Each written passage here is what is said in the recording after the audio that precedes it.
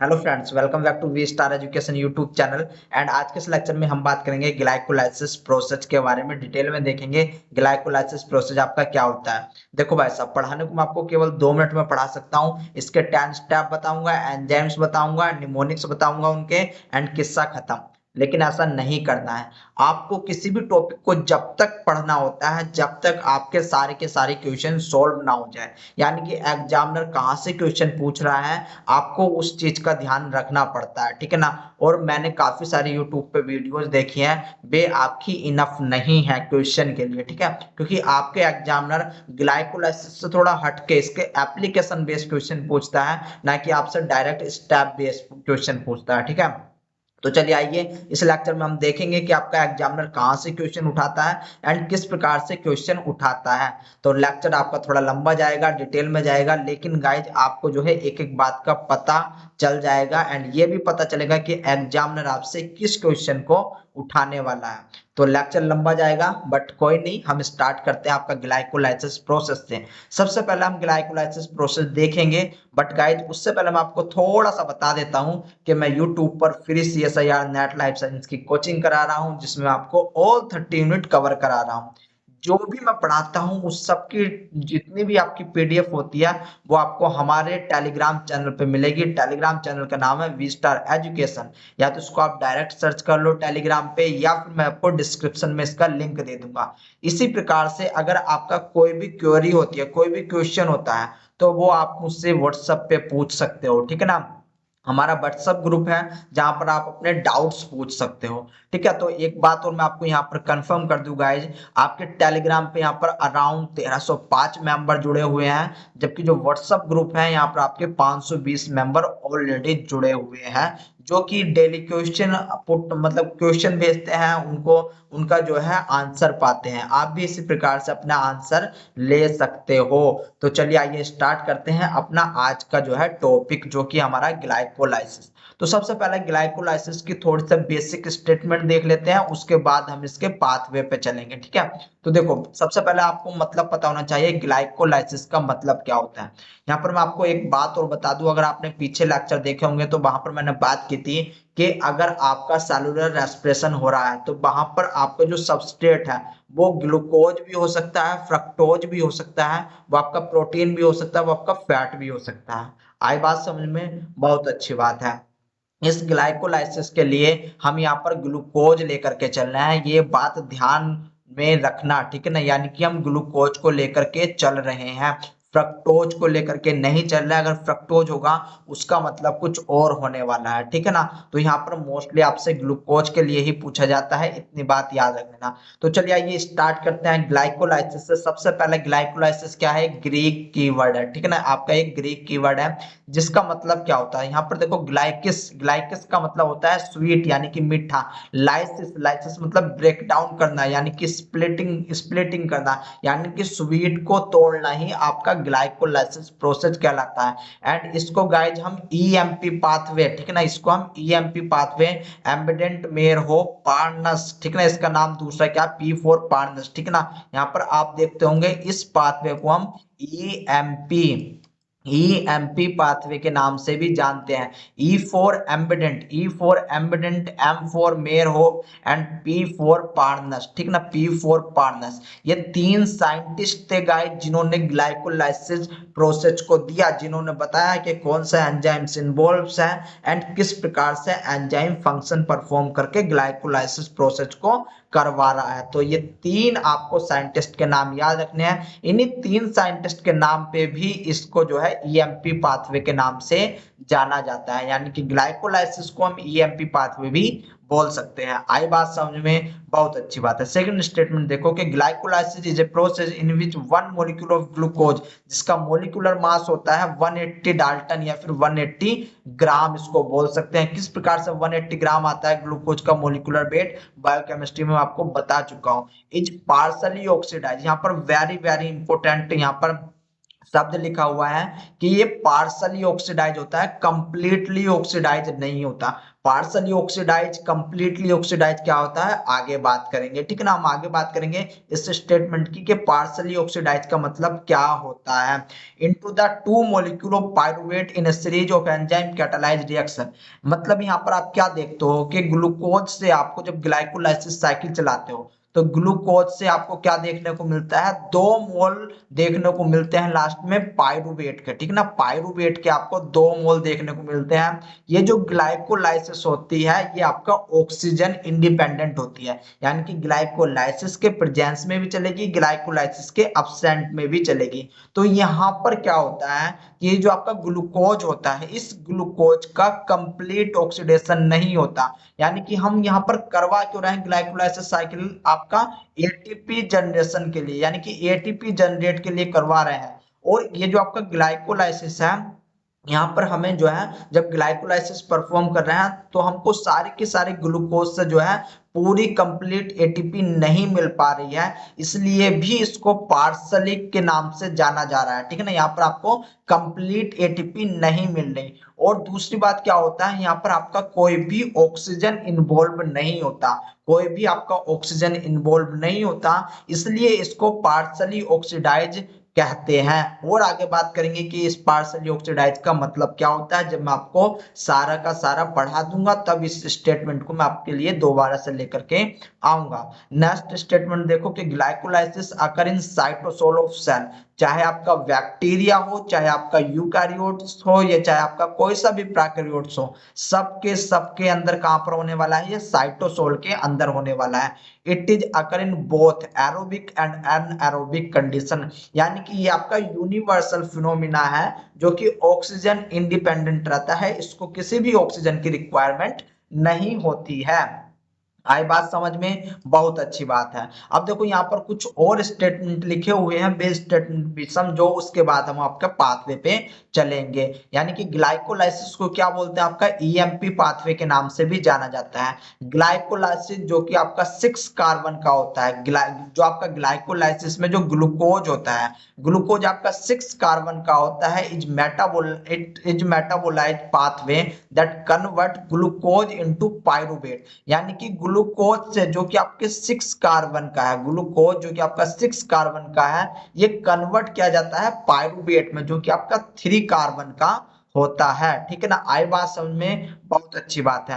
And मैंने आपको बताया था कि जब कभी भी ब्रेक डाउन हो, किसी भी सबस्ट्रेट का ब्रेक डाउन हो, तो ऐसी रिएक्शन को हम कैटाबोलिज्म प्रोसेस के नाम से जानते हैं, या फिर इसी को हम कैटाबोलिक प्रोसेस के नाम से जानते हैं। इससे पिछली क्लास में मैंने आपको कैटाबोलिज्म एनाबोलिज्म के बारे में बहुत अच्छे से डिटेल में डिस्कस किया। देखो भाई साहब, ये आपकी क्लास नंबर 4 है मेटाबॉलिज्म की। इससे पहले अगर 3 क्लास नहीं देखी तो उनको भी एक बार देख लेना, क्योंकि काफी कुछ ऑक्सीडेशन क्या होता है, रिडक्शन क्या होता है, एनएडी एनएडीपीएच, बहुत सारी चीज मैंने आपको वहां पर बता रखी है, ठीक है।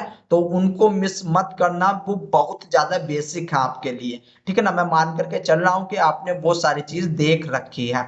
इसके बाद देखो आपको यूट्यूब चैनल पे ही मिल जाएगी, कहीं और जाने की जरूरत नहीं है, लिंक मैं डिस्क्रिप्शन में दे दूंगा उन वीडियोज का, ठीक है ना। यहाँ पर देखने की कोशिश करो। Second statement, the free energy release in this process. आपकी जो ग्लाइकोलाइसिस होता है इसमें आपकी फ्री एनर्जी जो है रिलीज होती है, is used to form the high energy molecule, जो कि आपके हाई एनर्जी मॉलिक्यूल्स को बनाने के काम आती है। जैसे कि आपका एटीपी बनता है, 2 एटीपी बनते हैं आपके यहाँ पर, यानी यहाँ पर आपके 2 NADH बनते हैं, ठीक है ना। यहाँ पर आपके 2 NADH बनते हैं। किस प्रकार से आपके एटीपी कहाँ कहाँ बनने हैं, कहाँ पर आपके NADH बनने हैं, वो सारी बात भी हम देखने वाले हैं, ठीक ना। इसके बाद देखो, it is a universal process occur in all living cell. ये आपका यूनिवर्सल प्रोसेस होता है जो कि आपके सभी लिविंग सेल में होने वाला है। It is A parcel oxidation process. Parcel oxidation process क्यों है, क्योंकि ग्लूकोज का कंप्लीट कंबेशन नहीं होता यहाँ पर, यानी कि जो है ग्लूकोज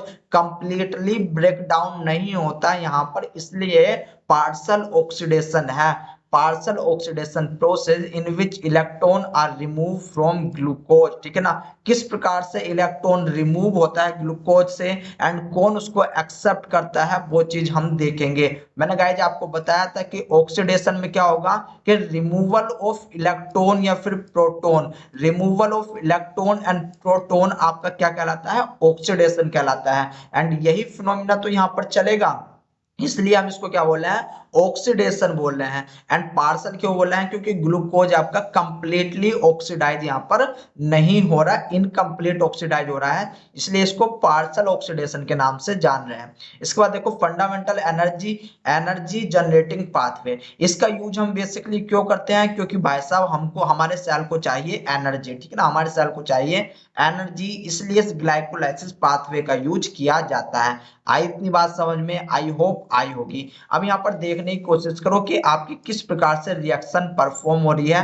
हालांकि इसको रटने की जरूरत नहीं है, इसको याद करने की जरूरत नहीं है, ये आपकी ऑटोमेटिकली बाद में वैसे ही हो जाएगी। देखो स्टार्टिंग में क्या हमारे पास ग्लूकोज है, स्टार्टिंग में ग्लूकोज है एंड आपका NAD+ है। NAD क्या है, NAD एक कोएंजाइम्स है आपका, ठीक है ना, ये कोएंजाइम्स होता है जो कि बेसिकली यहाँ पर क्या काम करेगा, इलेक्ट्रॉन को एक्सेप्ट करने का काम करेगा, इलेक्ट्रॉन को एक्सेप्ट करने का काम करेगा, ना कि आपका जो है किसी और काम में ये यूज होने वाला है। इलेक्ट्रॉन को एक्सेप्ट करेगा मतलब कि यहाँ पर कौन सा प्रोसेस हो रहा है, तो ये आपका जो है रिड्यूसिंग फॉर्म में चला जाएगा। आगे देखेंगे कि किस प्रकार से रिड्यूसिंग फॉर्म में जाता है। इसके बाद यहाँ पर आपको ADP की रिक्वायरमेंट होती है एंड यहाँ पर आपको 2-फॉस्फेट यानी कि टू यहाँ पर आपको फॉस्फेट की भी रिक्वायरमेंट होती है। ये फॉस्फेट आपके कहाँ से आते हैं, ये आते हैं आपके ATP से, ठीक है ना, ये फॉस्फेट कहाँ से आते हैं, ये फॉस्फेट आते हैं आपके ATP से। इसके बाद जो आपको परिणाम मिलता है, जो आपको रिजल्ट मिलता है, वो क्या मिलता है, 2 पायरुविक एसिड मिलते हैं। इसके बाद क्या मिलेगा आपको, 2 ATP मिलेंगे, 2 NADH मिलेंगे एंड 2 प्रोटॉन मिलेंगे। यहाँ पर क्या होगा कि आपके 2 प्रोटॉन मिलेंगे।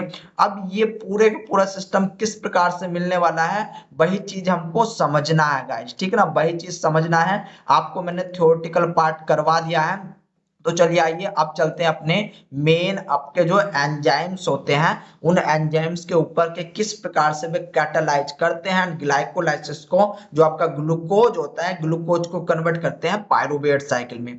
तो गाइज ये आपकी 2 स्टेप प्रोसेस होता है, ये आपका कह सकते हो कि 2 स्टेज होती है इसमें, जिसमें क्या होता है कि आपके जो है 10 स्टेप इन्वॉल्व होते हैं।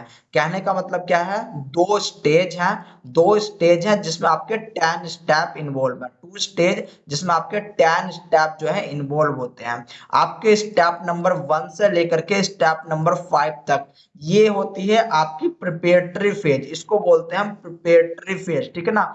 आपके स्टेप नंबर 1 से लेकर के स्टेप नंबर 5 को हम बोलते हैं प्रिपरेटरी फेज। इसके बाद जो आपका स्टेप नंबर 6 से लेकर के 10 तक, स्टेप नंबर 6 से लेकर के 10 तक इसको बोलते हैं पे ऑफ फेज। इसको क्या बोलेंगे हम, पे ऑफ फेज बोलेंगे, ठीक है ना। आपको कुछ भी लिखने की जरूरत नहीं है, सब चीज लिखा हुआ है। तो देखो आपका क्या हो रहा है स्टेज नंबर 1 में, वो देखने की कोशिश करो। ए प्रिपरेटरी स्टेज, जो कि हमने इसको बोला है, a preparatory stage in which glucose is phosphorylated convert to fructose, किस प्रकार से ये फ्रक्टोज में कन्वर्ट होता है, which is again phosphorylated and cleave into 2 molecule of glyceraldehyde three phosphate. हालांकि आपकी ये लाइन अभी समझ में नहीं आई होगी, लेकिन आने वाली है इस लेक्चर को देखने के बाद, कि सबसे पहले जो ग्लूकोज होगा, ग्लूकोज कन्वर्ट होगा फ्रक्टोज में। ये जो फ्रक्टोज है, अब ये फ्रक्टोज दोबारा से फास्फोराइलेटेड होगा एंड फर्दर कन्वर्ट होगा ये ग्लिसरल एल्डिहाइड 3-फॉस्फेट में, फर्दर कन्वर्ट होगा ये ग्लिसरल एल्डिहाइड 3-फॉस्फेट में, जो कि आपका 3 कार्बन का मॉलिक्यूल्स होता है, जबकि जो ग्लूकोज होता है वो आपका 6 कार्बन का मॉलिक्यूल होता है। इस बात को भी याद रख लेना। In this phase there is an investment of 2 ATP and ये जो आपकी प्रिपरेटरी फेज होती है, यहाँ पर 2 एटीपी की रिक्वायरमेंट होती है। किस प्रकार से एटीपी की रिक्वायरमेंट होती है आगे देखने वाले हैं। इसके बाद आती है आपकी पे ऑफ फेज, यानी कि जहां पर आपको हाईली एनर्जेटिक सब्सटेंस मिलते हैं, जैसे कि आपको एटीपी यहीं पर मिलेगा, इस फेज में आपको एटीपी मिलेगा, इसी फेज में आपको NADH मिलेगा, NADH मिलेगा, ठीक है ना। NADH भी आपको यहीं पर मिलने वाला है। तो देखो यहाँ पर क्या हो रहा है कि आपको लास्ट रिजल्ट क्या मिल रहा था, ग्लिसरॉल एल्डिहाइड 3 फॉस्फेट मिल रहा था। अब ग्लिसरॉल एल्डिहाइड 3 फॉस्फेट से ही स्टार्ट किया जाता है, यानी कि 2 मोल ऑफ ग्लिसरॉल एल्डिहाइड। अब यहाँ पर 2 मोल कैसे आ गए हैं उस चीज को भी हम आगे देखेंगे। 2 mole of glycerol aldehyde are convert to pyruvate. अब यहाँ पर जो आपके ग्लिसरॉल एल्डिहाइड 3 फॉस्फेट है, ये कन्वर्ट होगा पायरुवेट में विथ कॉन्कमिटेंट जनरेशन ऑफ 4 एटीपी, जहां से आपकी 4 एटीपी बनेगी एंड 2 मॉलिक्यूल ऑफ NADH, और आपके 2 मॉलिक्यूल बनेंगे NADH के। किस प्रकार से बनेंगे गाइज, वो भी हम देखने वाले हैं। 10 there is a net gain of 2 ATP. किस प्रकार से हम नेट 2 एटीपी बोल रहे हैं, क्योंकि हमारी 2 एटीपी यहां पर लगी थी ऊपर एंड 4 एटीपी हमें यहां पर मिली है, तो 4 माइनस के 2 बराबर आपके 2 एटीपी हो जाता है।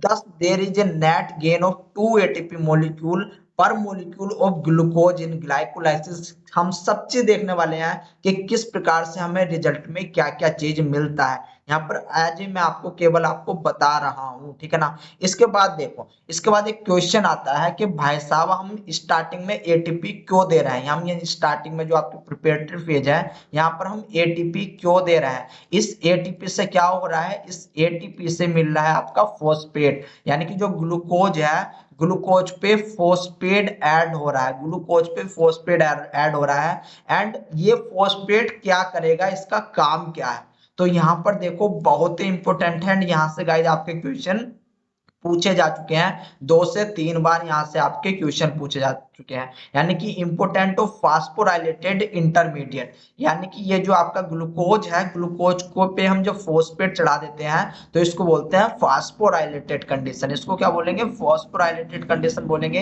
ये फॉस्फेट कहाँ से आ रहा है, ये फॉस्फेट आ रहा है आपका एटीपी से। तो यहाँ पर देखने की कोशिश करो, जो फॉस्फेट होता है एक्चुअल में PO4 2 माइनस, ठीक है ना, ये आपका फॉस्फेट ग्रुप होता है। अब इस फॉस्फेट ग्रुप पर होता है चार्ज, इस फॉस्फेट ग्रुप पे होता है चार्ज। आई बात समझ में, बहुत अच्छी बात है। तो देखो यहाँ पर क्या होता है, मान लो ये आपके कोई सेल है। अब इस सेल में क्या होते हैं, इस सेल में आपके ट्रांसपोर्टर होते हैं, जैसे कि GLUT2 GLUT3 GLUT4, इस प्रकार से आपके ट्रांसपोर्टर होते हैं जो कि ग्लूकोज को सेल के अंदर भेजेंगे, ये ग्लूकोज को सेल के अंदर भेजेंगे। तो अब ऐसा भाई साहब, जैसे ग्लूकोज यहाँ से सेल के अंदर आया है, अगर ये ग्लूकोज फॉर्म में ही रहा, ये ग्लूकोज फॉर्म में ही रहा, तो ये बाहर भी निकल सकता है, ये बाहर भी निकल सकता है। इसलिए क्या होता है, इस ग्लूकोज पे फॉस्फेट को ऐड कर दिया जाता है। अब फॉस्फेट पे चार्ज होता है निगेटिव, फॉस्फेट पे चार्ज कैसा होता है, निगेटिव, जिसके कारण क्या होता है कि ये फॉस्फेट जो है ये ट्रांसलोकेट को इनहिबिट कर देता है, यानी कि ये जो ग्लूकोज आया है ये बाहर ना निकले, ये बाहर की साइड में ना निकले, इस चीज को इनहिबिट कर देता है। तो एक काम इसका ये है, यानी कि process of negative charge, negative charge होने के कारण which inhibit their diffusion through membrane, यानी कि जो अब क्या हो रहा है कि डिफ्यूजन को ये इनहिबिट कर देगा, यानी कि आ तो गया है लेकिन भाई साहब ये वापसी नहीं भेजेगा due to this phosphate group. And ये फॉस्फेट ग्रुप कहां से आया है, एटीपी से आया है। Conservation of free energy in high energy phosphate bond, ठीक है ना। अब यहाँ पर क्या हो रहा है कि आपका फ्री एनर्जी जो है हाई एनर्जी फॉस्फेट में जो है आपका कंजर्वेशन यहाँ पर होएगा। अब वो फर्दर का प्रोसेस है वो देखेंगे, ठीक है ना। फैसिलिटेड ऑफ कैटालाइसिस, एंड ये आपका जो है ब्रेक डाउन को भी प्रमोट करता है। देखेंगे कि क्या क्या इसका काम होता है, लेकिन जो आपका मेन फंक्शन होता है, फर्स्ट आपको इसका मेन फंक्शन याद रखना है, इसी पे आपका क्वेश्चन पूछा जा चुका है। तो अब आपको पता चल गया है कि 10 स्टेप है, 2 स्टेज होती है, 10 स्टेप है, 2 स्टेज होती है। पहली स्टेज को हम बोलते हैं प्रिपरेटरी स्टेज एंड दूसरी स्टेज को हम बोलते हैं पे ऑफ स्टेज, ठीक है ना, पे ऑफ स्टेज। तो देखो भाई साहब यहाँ पर ये 10 स्टेप है, 10 स्टेप है मतलब आपके 10 एंजाइम्स यहाँ पर लगेंगे, ठीक है ना, 10 एंजाइम्स यहाँ पर लगेंगे। अब या तो मैं इसका डायरेक्ट आपको निमोनिक्स बता दूं या फिर मैं आपको इसको वन बाय वन करके आपको समझा दूं, ठीक है ना। तो बेटर है कि आपको मैं इसको वन बाय वन करके समझाऊं, क्योंकि आपका जो एग्जामिनर रहेगा, एग्जामिनर भी वो सेम वैसे ही पूछने वाला है। तो यहाँ पर ध्यान देने वाली बात यह है कि 10 स्टेप होते हैं, एक ग्लूकोज से दो पायरुवेट मिलते हैं, एक ग्लूकोज से दो पायरुवेट मिलते हैं। एक्चुअल में यहाँ पर क्या होता है, इस ग्लाइकोलाइसिस में 3 स्टेप ऐसे होते हैं जो कि आपके इरिवर्सिबल होते हैं, 3 स्टेप ऐसे होते हैं जो कि इरिवर्सिबल होते हैं। तो इस वजह से इस ग्लाइकोलाइसिस साइकिल को हम जो कंप्लीट अगर ग्लाइकोलाइसिस साइकिल बोलेंगे तो इसको बोल सकते हैं कि ये आपका इरिवर्सिबल प्रोसेस होता है या फिर इरिवर्सिबल आपका पाथवे होता है, ड्यू टू इरिवर्सिबल 3 स्टेप, ठीक है ना। आपका 3 स्टेप पे इरिवर्सिबल पाया जाता है, कहां पर पाया जाता है वो भी देखेंगे। इसके बाद यहाँ पर केवल और केवल एक ही जगह आपका ऑक्सीडेशन होता है, केवल और केवल एक ऑक्सीडेशन होता है जहां पर इलेक्ट्रॉन रिलीज होते हैं, जहां पर आपके इलेक्ट्रॉन रिलीज होते हैं वो होता है आपका स्टेप नंबर 6, उसको भी देखेंगे हम। इसके बाद आपको सबस्ट्रेट लेवल फास्फोराइलेशन मिलता है दो जगह, यानी कि दो जगह आपको एटीपी मिलती है, एक स्टेप होता है 7 एंड एक स्टेप होता है आपका 10।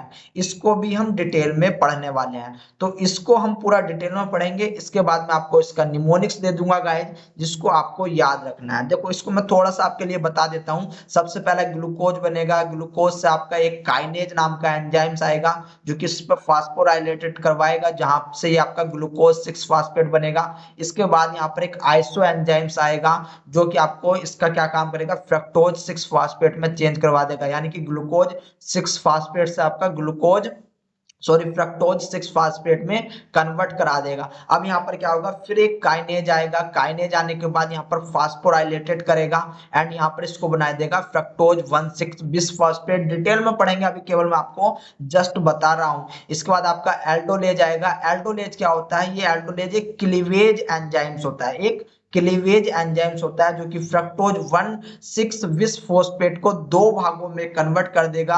पहला होता है ग्लिसरल एल्डिहाइड 3 फॉस्फेट, इसको हम GLAP के नाम से भी जानते हैं या फिर आपका इसका DHAP के नाम से भी जाना जाता है। एक्चुअल में जो आपकी सेल होती है वो GLAP ग्लिसरल एल्डिहाइड 3 फॉस्फेट से ही फर्दर आगे बढ़ती है, तो इस DHAP को भी कन्वर्ट किया जाता है GLAP में, ठीक है ना, GLAP में कन्वर्ट किया जाता है। तो यहाँ पर क्या होगा, यही आपका होता है स्टेप नंबर 5, इसी को बोलते हैं स्टेप नंबर 5।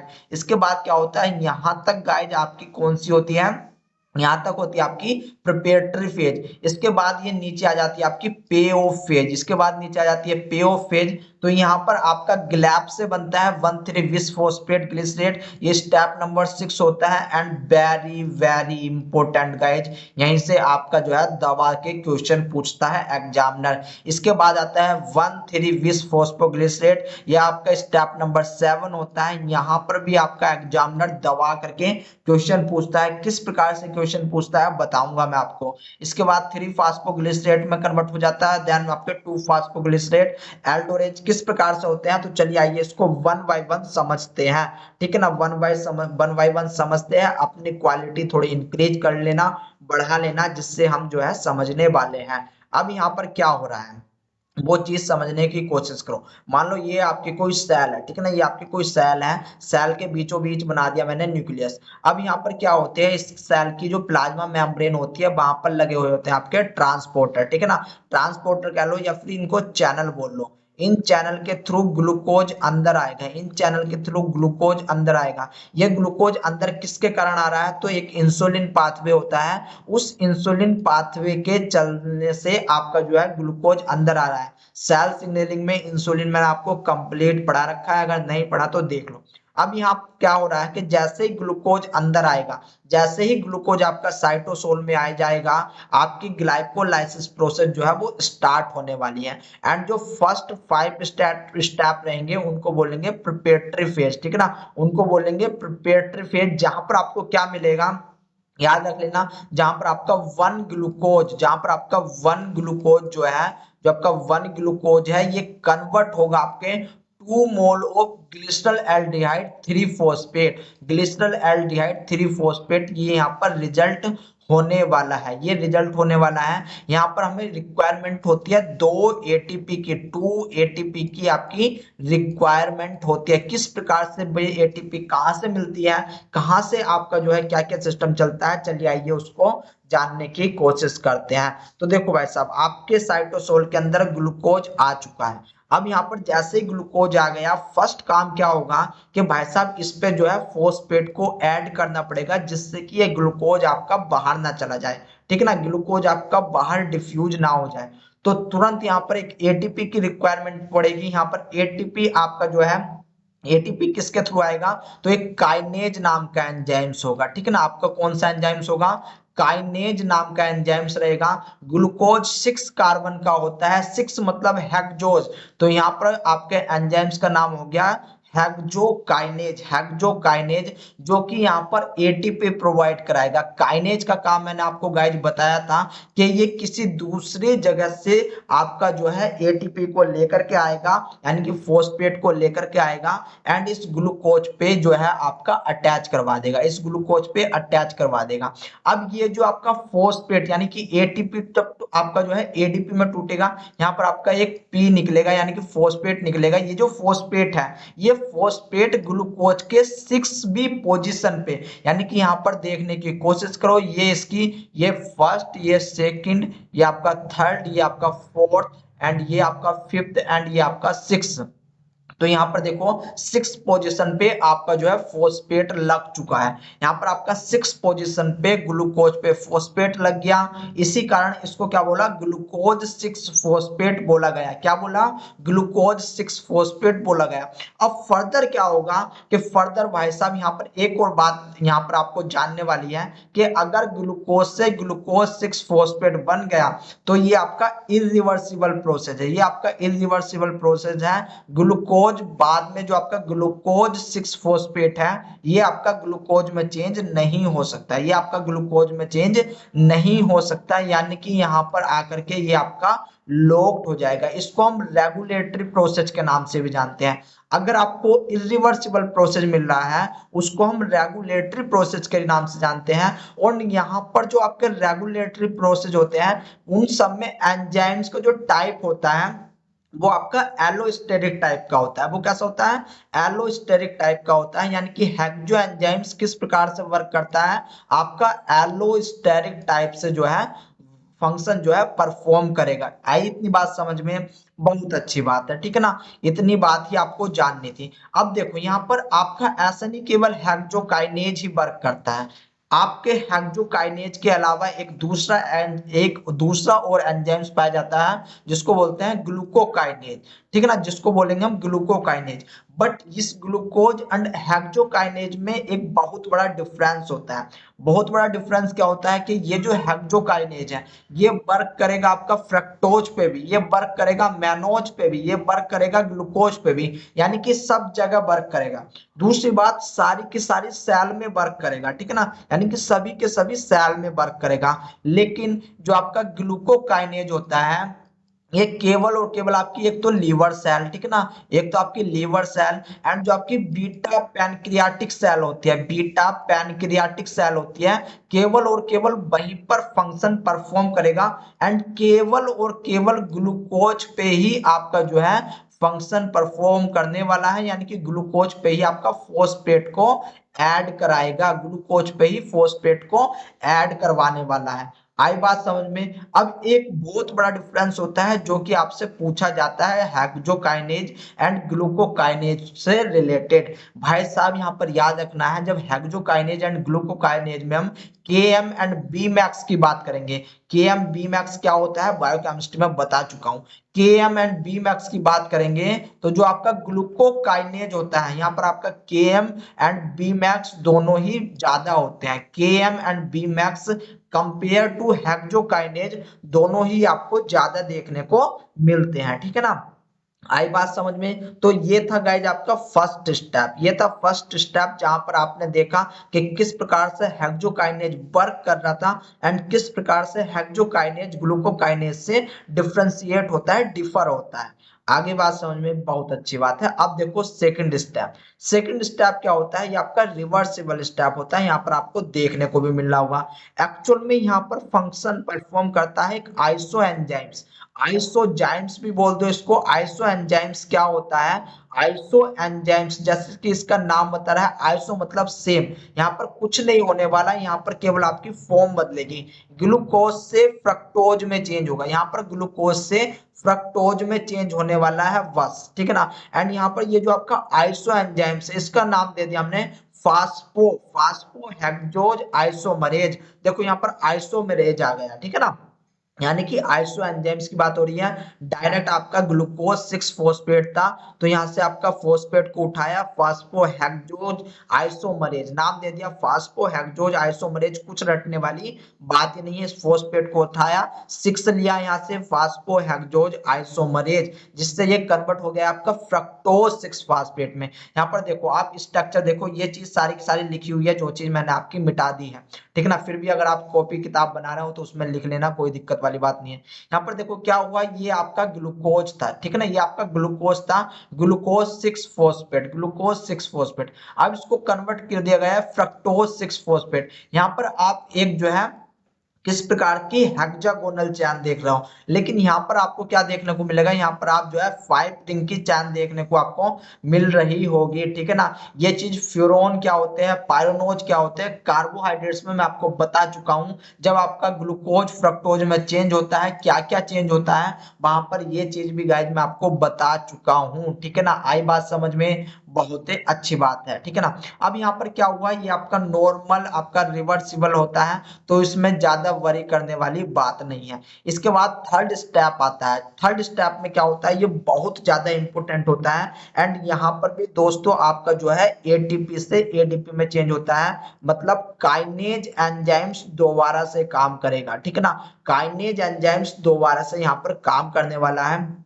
एंड इस फोस्फेट की जरूरत क्यों पड़ी, इस फोस्फेट की जरूरत पड़ी है आगे फर्दर जितने भी आपके कोएंजाइम्स रहेंगे उन कोएंजाइम से डील करने के लिए, ठीक है ना। तो यहाँ पर क्या हुआ, यहाँ पर एक एंजाइम्स आया जिसको बोला फास्फोफ्रक्टोकाइनेज, फास्फोफ्रक्टोकाइनेज, फास्फोफ्रक्टोकाइनेज। अब इसको देखो फास्फोफ्रक्टोकाइनेज, नाम सिंपल है, नाम ज्यादा बड़ी बात नहीं है। 6 फोस्फेट था एंड फ्रक्टोज था, 6 फोस्फेट था एंड फ्रक्टोज था, वहीं से ले लिया इसका नाम फास्फोफ्रक्टोकाइनेज फर्स्ट, ठीक ना, फास्फोफ्रक्टोकाइनेज फर्स्ट। अब इस फास्फोफ्रक्टोकाइनेज ने क्या काम किया, ये आपका वर्क कर रहा है एज ए काइनेज, यानी कि किसी दूसरे सबस्ट्रेट से ये आपका एटीपी लाएगा एंड यहां से एक फोस्फेट भी रिलीज होगा। जब ये आपका एडीपी में जाएगा एक फोस्फेट रिलीज होगा, तो ये फोस्फेट अब यहाँ पर आकर के आपका जुड़ जाएगा इस फास्फोफ्रक्टोज पे, ठीक है ना, आपका फास्फोफ्रक्टोज पे, या फिर जिसको हम फ्रक्टोज 6 फास्फेट बोलते हैं, यहाँ पर आपका वो आकर के जुड़ने वाला है। देखो जुड़ेगा कैसे, वो चीज देखने की कोशिश करो। यहाँ पर फ्रक्टोज 6 फास्फेट, यानी कि 6 पे तो पहले से ही आपका बॉन्ड था, पहले से फ्रक्टोज था, लेकिन अब ये आपका फर्स्ट पे और आकर के फोस्फेट को ऐड कर देगा। फर्स्ट पे जो आपकी फ्रक्टोज की लोकेशन है वहां पर देख रहे होंगे कि फर्स्ट पे आकर के इसने और भी आपका जो है फोस्फेट को ऐड कर दिया, फोस्फेट को इसने ऐड कर दिया, ठीक है ना। तो ये आपका किसके कारण हुआ, फोस्फोफ्रक्टोकाइनेज के कारण। एंड ये आपका स्टेप नंबर 3 होता है। एंड ये आपका इरिवर्सिबल दिख रहा होगा, ये आपका इरिवर्सिबल दिख रहा होगा गाइज, यानी कि ये आपका रेगुलेटरी है, ये आपका रेगुलेटरी है, वेरी वेरी इंपॉर्टेंट। अब ये जब रेगुलेटरी है तो रेगुलेटरी एक ऐसा एंजाइम्स है, ये आपका एलोस्टेरिक एंजाइम्स, ये कैसा है, एलोस्टेरिक एंजाइम्स है। एंड यहाँ पर देखो अब आपको ग्लाइकोलाइसिस साइकिल में दो चीज देखने को मिलेगी, मैं आपको पहले बता दूं। एक होता है पॉजिटिव मॉड्यूलेटर, एक होता है निगेटिव मॉड्यूलेटर। एक्चुअल में क्या होता है, ये जो आपका एलोस्टेरिक एंजाइम्स है ना, इसके जो है कुछ मॉड्यूलेटर होते हैं। आपको पता है एलोस्टेरिक एंजाइम्स क्या होता है, मान लो ये आपका कोई एंजाइम्स है, ये मेन लोकेशन है जहां पर आपका आकर के सबस्ट्रेट ऐड होता है, जहां पर आकर के आपका सबस्ट्रेट ऐड होता है, लेकिन इसमें एक और एक्स्ट्रा साइट पाई जाती है। इस एलोस्टेरिक एंजाइम्स में एक और एक्स्ट्रा साइट पाई जाती है, जो ये क्या काम हो सकता है, इस एक्स्ट्रा साइट पर आकर के या तो कोई आपका जो है इनहिबिटर जुड़ जाए, या तो कोई आकर के इनहिबिटर जुड़ जाए, या फिर यहाँ पर आकर के आपका प्रमोटर जुड़ जाए, ठीक है ना। अगर इनहिबिटर जुड़ा, मान लो अगर कोई भी आपका इनहिबिटर जुड़ा, तो तब तो ये इस एंजाइम के फंक्शन को खत्म कर देगा, टाटा बाय बाय कर देगा। लेकिन अगर यहाँ पर आपका प्रमोटर जुड़ता है, तो ये क्या काम करेगा कि भाई साहब ये जो एंजाइम जिस स्पीड से वर्क कर रहा था, अब इसकी स्पीड को बहुत ज्यादा बढ़ा देगा, इंक्रीज कर देगा। यानी कि यहाँ पर जो इनहिबिटर रहेगा, इनहिबिटर को हम बोल रहे हैं निगेटिव मॉड्यूलेटर, ठीक है ना। इनहिबिटर को ही हम बोल रहे हैं निगेटिव मॉड्यूलेटर। लेकिन जो आपका पॉजिटिव है, पॉजिटिव आपका प्रमोटर की तरह काम करेगा, इस बात को याद रख लेना, प्रमोटर की तरह आपका काम करने वाला है। आई बात समझ में कि आपका जो है किस प्रकार से एलोस्टेरिक फंक्शन करता है। तो इस थर्ड स्टेप पे ही एग्जामिनर पूछता है आपसे कि पॉजिटिव मॉड्यूलेटर कौन से होते हैं, निगेटिव मॉड्यूलेटर कौन से होते हैं। तो इसको रटना नहीं है, इसको याद करना है। इसको याद करने की एक ट्रिक देखो कि भाई साहब जैसे आपके ये स्टेप चलते हुए आ रहे हैं, जैसे ये स्टेप चलते हुए आ रहे हैं, मान लो यहाँ पर इसने जो है थर्ड स्टेप के लिए यहाँ पर पूछ लिया, ठीक है ना। इसने आपका फ्रक्टोज 6 फॉस्फेट के लिए पूछ लिया कि बताइए इसके लिए इनहिबिटर कौन होगा, ठीक है ना, इसके लिए इनहिबिटर कौन होगा। या फिर मेनली एंजाइम्स के लिए पूछते हैं, ये आपके जो है इंटरमीडिएट सबस्ट्रेट है, ये कैसे हैं, इंटरमीडिएट सबस्ट्रेट है, मेनली आपसे एंजाइम्स के लिए पूछते हैं। मान लो यहाँ पर 3 के लिए कौन कौन यहाँ पर आपके इनहिबिटर की तरह काम करेंगे, कौन इनहिबिटर की तरह काम करेंगे, एंड कौन यहाँ पर प्रमोटर की तरह काम करेंगे। तो इसको याद रखना बहुत ही ज्यादा सिंपल होता है। वो चीज कैसे याद रखी जाती है, वो चीज देखो आप यहाँ पर देखो, जो अगर इस थ्री से आपके जितने भी ऊपर के हैं, जितने भी ऊपर के हैं, चाहे आपका एडीपी हो, चाहे आपका ध्यान रखो, चाहे आपका एडीपी हो, चाहे आपका एएमपी हो, चाहे आपका एएमपी हो, चाहे आपका ग्लूकोज 6 फॉस्फेट क्यों ना हो, चाहे आपका जो है वो कोई सा इनमें से हेक्सोकाइनेज तो क्या नहीं आएगा, आपका आपका अगर ग्लूकोज 6 फॉस्फेट आता है, या फिर आपका फ्रक्टोज, याद रख लेना, फ्रक्टोज 2 बिसफॉस्फेट, फ्रक्टोज 2 बिसफॉस्फेट आता है, वो भी यहाँ पर आपका एज ए पॉजिटिव वर्क करेगा, वो भी यहाँ पर एज ए आपका किस प्रकार से काम करने वाला, पॉजिटिव वर्क करने वाला है। यानी कि जितने पिछले स्टेप होते हैं, जितने पिछले स्टेप होते हैं, जितने भी आपके इंटरमीडिएट बन सकते हैं, वे सारे के सारे पॉजिटिव मॉड्यूलेटर की तरह काम करेंगे, वे सारे के सारे पॉजिटिव मॉड्यूलेटर की तरह काम करेंगे। लेकिन जितने भी आपके आगे फर्दर स्टेप है, जितने भी फर्दर स्टेप हैं, वे सारे के सारे निगेटिवली फंक्शन परफॉर्म करने वाले हैं। जैसे कि आगे देखोगे कि आपको काफी सारी एटीपी मिलेगी, आगे देखोगे आपको सिट्रेट देखने को मिलेगा क्रेब्स साइकिल में, आपको एनानिल देखने को मिलेगा, पायरुवेट देखने को मिलेगा, वे सारे के सारे आपके इनहिबिटर या फिर निगेटिव मॉड्यूलेटर होते हैं। तो गाइस ये चीज आपसे पूछी जाती है थर्ड में कि आपका कौन एज ए इनहिबिटर या फिर कौन प्रमोटर या फिर कौन पॉजिटिव मॉड्यूलेटर एंड कौन आपका निगेटिव मॉड्यूलेटर की तरह काम करता है। तो आपको थर्ड स्टेप पे याद रखना है। एंड गाइस एक बात मैं यहाँ पर आपको और क्लियर कर दूं कि ये जो एंजाइम्स होते हैं 1 2 3 यहाँ पर आपका एक आपका जो है डाइवेलेंट भी काम करता है, जिसको बोलते हैं Mg2+, जिसको बोलेंगे Mg2+। एक्चुअल में ये आपका एज ए कोफैक्टर की तरह काम करता है, ठीक ना, एज ए आपका कोफैक्टर की, सॉरी आपका जो है कोबोलाइट की तरह काम करता है, कोफैक्टर नहीं, सॉरी फॉर दिस। ये आपका कोफैक्टर, देखो दो चीज होते हैं, एक तो होता है आपका कोफैक्टर एंड एक होता है कोएंजाइम्स। तो ये आपका कोफैक्टर की तरह काम करते हैं, जबकि जो कोएंजाइम्स होते हैं, कोएंजाइम्स में क्या होता है कि आपके NADH NADPH इस प्रकार से आते हैं। यानी कि जितने विटामिन होते हैं, स्पेसिफिकली विटामिन बी, ये आपके फंक्शन करते हैं एज ए कोएंजाइम्स, ये फंक्शन करते हैं आपके कोएंजाइम्स। अगर कभी भूल जाओ या फिर कभी, जैसे अभी मैं पढ़ा था दुविधा में, अगर इस दुविधा में पढ़ो तो ये चीज याद कर लेना, जितने भी विटामिन होते हैं वे सब वर्क करते हैं एज ए कोएंजाइम्स। लेकिन जितने भी आपके आयंस होते हैं, जैसे कि सोडियम, पोटेशियम, कैल्शियम, आयनिक कैल्शियम, मैग्नीशियम, मैग्नीज, ये सारे के सारे वर्क करते हैं आपके कोफैक्टर की तरह। यानी कि यहाँ पर आपके लिए कोफैक्टर की तरह कौन काम कर रहा है, enzymes number first, enzyme number second, enzyme number 3 में। तो याद रख लेना Mg2+, Mg2+ आपका फंक्शन परफॉर्म कर रहा है।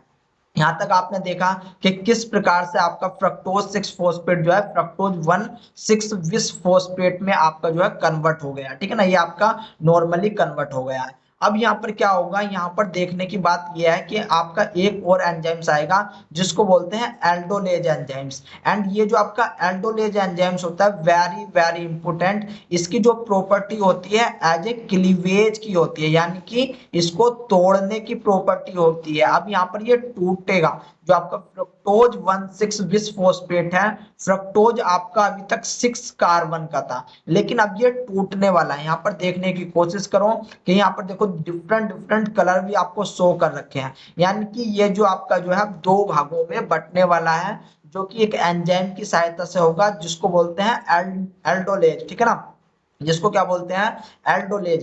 एंड ये जो एल्डोलेज होता है इसके लिए जो कोफैक्टर रिक्वायरमेंट होती है वो होती है आपकी Zn+ की, ठीक है ना, किसकी रिक्वायरमेंट होगी, Zn+ की रिक्वायरमेंट होगी, यानी कि कोफैक्टर ये यहाँ पर काम कर रहा है। एंड ये एल्डोलेज किसकी तरह काम कर रहा है, तो ये एल्डोलेज काम कर रहा है यहाँ पर आपका क्लीवेज की तरह, क्लीवेज की तरह। एंड जितना भी यहाँ पर देखो काइनेज है, जहां पर भी आपको काइनेज शब्द मिले ना, तो यहाँ पर याद रख लेना ये वर्क कर रहे हैं आपके एज ए फास्फोराइलेशन की तरह, फास्फोराइलेशन की तरह। फास्फोराइलेशन का क्या मतलब होता है कि फॉस्फेट को अटैच करवाना, फॉस्फेट को अटैच करवाना। आई बात समझ में, अगर आई तो बहुत अच्छी, नहीं आई तो और भी अच्छी बात है, ठीक है ना। अब देखो यहाँ पर जैसे ही आपका जो है एल्डोलेज आएगा, एल्डोलेज तुरंत इसको आपका जो है वो कट कर देगा, क्लीवेज कर देगा। एंड क्लीवेज करने के बाद यहाँ पर आपको दो प्रोडक्ट देखने को मिलेंगे, क्या क्या, एक होता है ग्लिसरल एल्डिहाइड 3 फॉस्फेट, दूसरा होता है dihydroxy acetone phosphate, dihydroxy acetone phosphate. दोनों के दोनों 3 कार्बन के होते हैं, दोनों के दोनों ये आपके 3 कार्बन के होते हैं। एक बात आपको ये याद रखनी है। अब यहाँ पर क्या होता है कि फर्दर जब आपकी सेल ग्लाइकोलाइसिस प्रोसेस में जाती है तो वो एक्सेप्ट करती है ग्लिसरल एल्डिहाइड 3 फॉस्फेट को। किसको एक्सेप्ट करेगी, ग्लिसरल एल्डिहाइड 3 फॉस्फेट को ही एक्सेप्ट करेगी। इसलिए इस डाईहाइड्रोक्सी एसीटोन फॉस्फेट, इस डीहाइड्रोक्सी एसीटोन फॉस्फेट को कन्वर्ट करना पड़ता है ग्लिसरल एल्डिहाइड 3 फॉस्फेट में, जो कि आपका स्टेप नंबर 5 होता है। एंड यहाँ पर देखने की कोशिश करो कि यहाँ पर कन्वर्ट हो रहा है, यानी कि एक यहाँ पर देखो ये दोनों के दोनों कब कन्वर्ट हो रहा है, ये जब यहाँ पर आइसो एंजाइम्स काम कर रहा है, यहाँ पर आइसो एंजाइम्स काम करेगा, यहाँ पर आइसो एंजाइम्स काम करेगा। 3 कार्बन के हैं तो इसका सिंपल सा नाम है ट्राई, याद रखना ट्राई, ठीक ना, 3 कार्बन के हैं इसलिए ट्राई, ठीक है ना। एंड कैसा है ग्लिसरल एल्डिहाइड, तो हम इसको देखो लिख सकते हैं triglyceraldehyde, triglyceraldehyde iso enzyme, triglyceraldehyde iso enzymes, जो कि आपका जो है नाम है एंजाइम्स का, या फिर इसको एक दूसरे नाम से भी जानते हैं। आइए देख लेते हैं कि उसको किस नाम से आपका जो है जाना जाता है। यहाँ पर देखने की कोशिश करो, पीछे चलते हैं यहाँ पर, ठीक है ना, पीछे चलते हैं यहाँ पर। एंड इस स्टेप को आप यहाँ पर समझो, आपका जो नाम है वो है ट्रायोज फॉस्फेट आइसोमरेज, ठीक है ना। एंजाइम्स का नाम क्या है, ट्रायोज फॉस्फेट आइसोमरेज, जो कि क्या काम कर रहा है, इस DHAP को आपका कन्वर्ट कर रहा है यानी कि ग्लिसरल एल्डिहाइड 3 फॉस्फेट में। किस में कन्वर्ट कर रहा है, ग्लिसरल एल्डिहाइड 3 फॉस्फेट में कन्वर्ट कर रहा है। ये आपका स्टेप नंबर 5 होता है, इस बात को याद रख लेना। बच्चे कंफ्यूज भी होते हैं कि सर स्टेप नंबर 5 कहां से आया, तो जस्ट एज ए वो किस प्रकार से काम कर रहा है, DHAP को आपका GLAP में आपका कन्वर्ट कर रहा है। तो गाइज अभी तक हमने यहाँ तक क्या देखा, ये सारा का सारा आपका कैसा है, प्रिपरेटरी फेज है, जहां पर हमने क्या देखा, स्पेसिफिकली 6 कार्बन से हमने अभी तक देखो क्या देखा, वो चीज देखनी बहुत ज्यादा जरूरी है। 6 कार्बन से हमारा जो है 3 कार्बन के 2 मॉलिक्यूल मिले, कितने मॉलिक्यूल मिले, 2 मॉलिक्यूल मिले। 2 ATP यूज हो गई, 2 ATP यूज हो गई। ATP हमारी 2 यूज कहाँ हुई, एक तो फर्स्ट एंजाइम में एंड एक आपका जो है थर्ड एंजाइम्स पे, ठीक है ना, यानी कि यहाँ पर हमारी ATP यूज हो गई। एंड दोनों के दोनों ये कैसे हैं, इरिवर्सिबल प्रोसेस है, ये दोनों के दोनों आपके इरिवर्सिबल प्रोसेस हैं। आपको इतनी बात भी याद रखनी है, ठीक है ना। आई बात समझ में, इतनी बहुत अच्छी बात है। अभी कुछ चिंता करने वाली बात नहीं भाई साहब, अभी तो खेला स्टार्ट हुआ है, अभी तो बहुत कुछ बाकी है। ठीक है ना। आपका बहुत कुछ बाकी है, लेक्चर आपका लंबा जाएगा, मुझे भी पता है। यहाँ पर इसके बाद आती है आपकी पे ऑफ फेज। पे ऑफ फेज मतलब कि आपकी जो है, जो आपको पे करने वाली है, अब तक जो आपने इन्वेस्टमेंट किया है, अब उसको आपका पे ऑफ मिलेगा, यानी कि अब आपको उसका किराया मिलने वाला है। किस प्रकार से किराया मिलेगा वो चीज देखने की यहाँ पर कोशिश करो। तो सिक्स स्टेप आता है आपका, देखो जैसे कि आपको पता है ग्लिसरॉल्डिहाइड 3 फॉस्फेट अब आपका बन करके तैयार है। ये यहाँ पर आपको 2 मोल मिलेंगे। ठीक है ना, कितने मोल मिलेंगे? 2 मोल मिलेंगे, क्योंकि आपको अब ये याद रखना है 2 मोल यहाँ पर मिलने वाले हैं। सभी जितने भी प्रोडक्ट होंगे उन सबके 2-2 मोल आपको मिलने वाले हैं। आई बात समझ में? बहुत अच्छी बात है। तो आपके दोनों सेम होते हैं, इसलिए हम एक में ही लेकर के इसको चल रहे हैं। यानी कि यहाँ पर ग्लिसरॉल एल्डिहाइड 3 फॉस्फेट 2। अब हमें फर्दर जाना है, तो फर्दर जाने के लिए क्या होगा? फर्दर जाने के लिए अब आपके मल्टीपल ऑफ एंजाइम्स काम करते हैं। सॉरी फॉर दैट, आपका क्या होता है? मल्टीपल्स ऑफ एंजाइम्स काम करते हैं। ऑक्सीडेज भी काम करेगा, डिहाइड्रोजिनेज भी काम करेगा यहाँ पर। ठीक है ना। तो आपका मेन एंजाइम्स का नाम क्या होता है एंड उस वो किस प्रकार से डील करता है वो चीज देख लो। यहाँ पर जो आपका 6 नंबर का एंजाइम्स है उसको बोलेंगे ग्लिसरॉल्डिहाइड 3 फॉस्फेट डिहाइड्रोजिनेज, यानी कि ग्लिसरॉल्डिहाइड 3 फॉस्फेट डिहाइड्रोजिनेज, G3PD के नाम से भी जानते हैं। अभी बताऊंगा कि शॉर्ट फॉर्म किस प्रकार से लिख सकते हैं।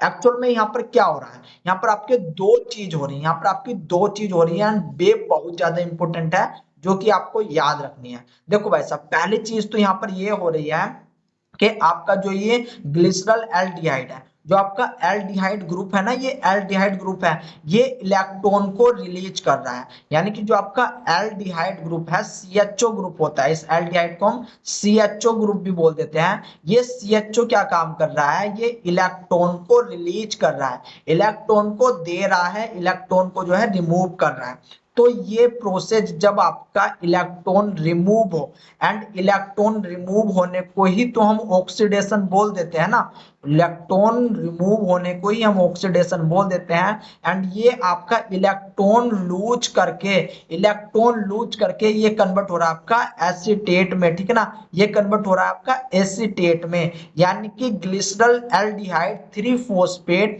इलेक्ट्रॉन को लूज करके आपका बना रहा है विस फॉस्फोग्लिसरेट। अभी तक आपने केवल ये देखा कि आपका जो एल्डिहाइड ग्रुप है इसने इलेक्ट्रॉन को डोनेट किया एंड ये बना रहा है एसीटेट।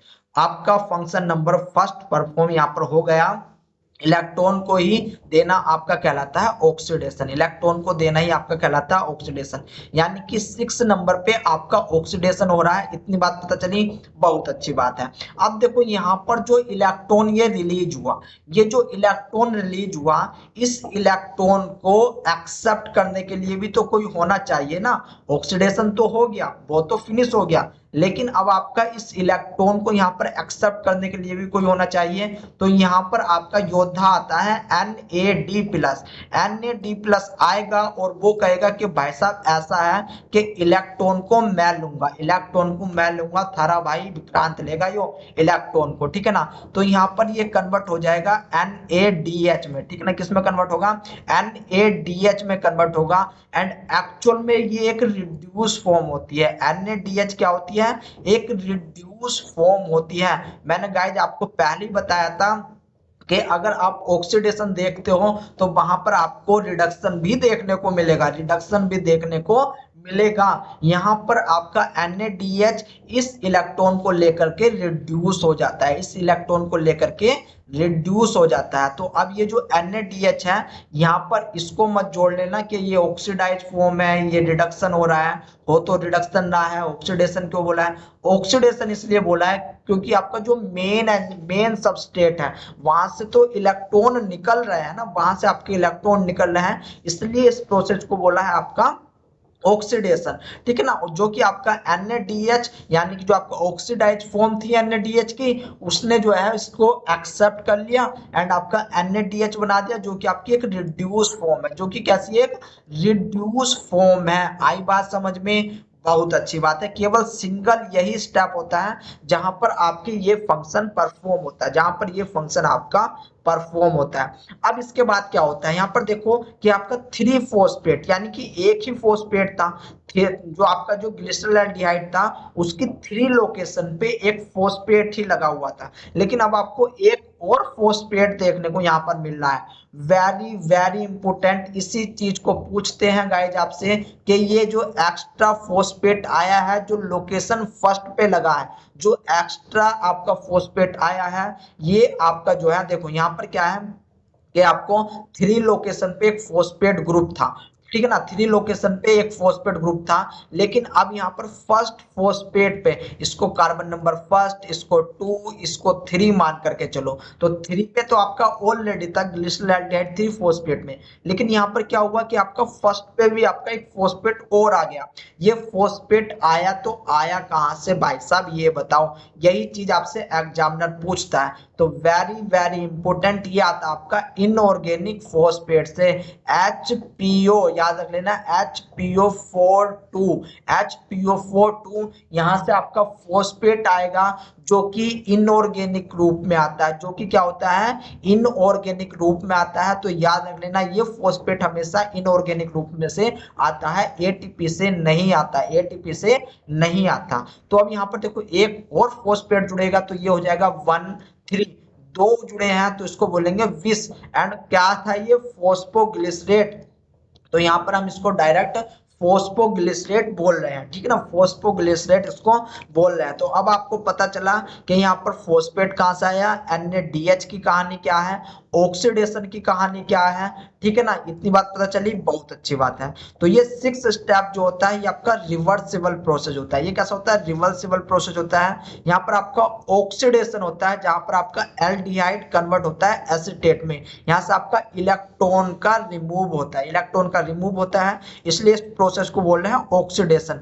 फास्फोराइलेशन होता है, यानी कि यहाँ पर फर्स्ट पोजीशन पे आपका जो है फॉस्फेट आकर के भी अटैच होता है, लेकिन ये आपका इनऑर्गेनिक फॉस्फेट होता है जो कि मिलता है HPO42 से, HPO42 से। एंड वेरी वेरी इंपॉर्टेंट, अब यहाँ पर एक इनहिबिटर आता है, अब यहाँ पर एक इनहिबिटर आएगा, एंड जो इनहिबिटर होता है वो बहुत ज्यादा पावरफुल होता है।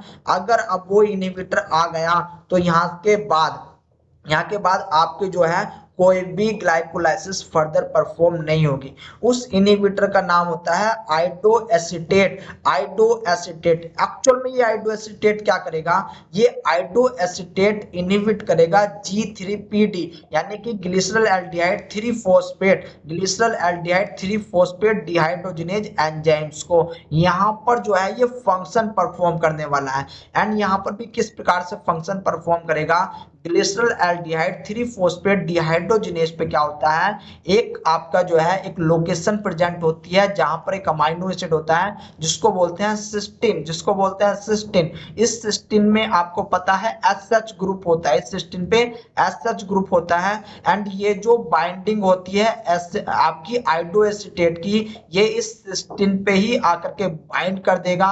जैसे ही यहाँ पर आकर के बाइंड करा, ये एंजाइम्स आपका खत्म, टाटा बाय बाय, कहानी टाटा बाय बाय कर देगी, एंड फर्दर के ये जितने भी स्टेप होने वाले हैं ये आपके नहीं होंगे, ये आपके नहीं होंगे, यानी कि कोई भी ग्लाइकोलाइसिस नहीं होगी।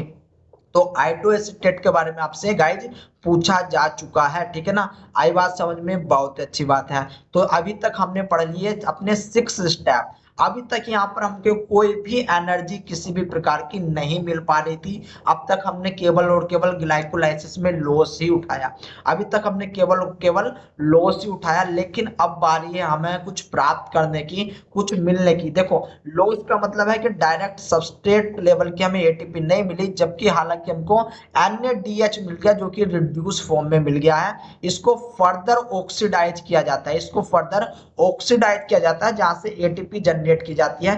किस प्रकार से ATP जनरेट होती है वो चीज भी देखेंगे हम, लेकिन आगे देखेंगे उसको ऑक्सीडेटिव फास्फोराइलेशन साइकिल में। पर ये याद रखना है कि यहाँ पर आपको NADH मिला है, ठीक है ना, यहाँ पर क्या मिला है, NADH मिला है जो कि आपके रिड्यूस फॉर्म में है अभी तक।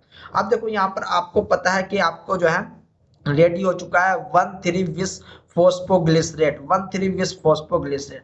अब यहाँ से आपको जो है मजा आने वाला है, क्योंकि यहाँ से आपको जो है एटीपी मिलने वाली है। तो यहाँ पर क्या होगा, ये जो आपका इनऑर्गेनिक फोस्फेट था, ये जो आपका इनऑर्गेनिक फोस्फेट जो हमने लिया था 1,3 वाला, जो आपका 1 लोकेशन पे लगा हुआ था, यानी कि ये वाला, इसको अब हम जो है डोनेट कर देते हैं, यानी कि आपका 1,3 विस फोस्फेट इसको जो है दे देता है बाय द एक एंजाइम्स होता है बाकायदा, जिसको बोलते हैं काइनेज। यहाँ पर भी देखो काइनेज आ रहा है। अब आप ये मत कहना कि सर वहां पर ऐड करवा रहा था, यहाँ पर आपका जो है निकाल रहा है।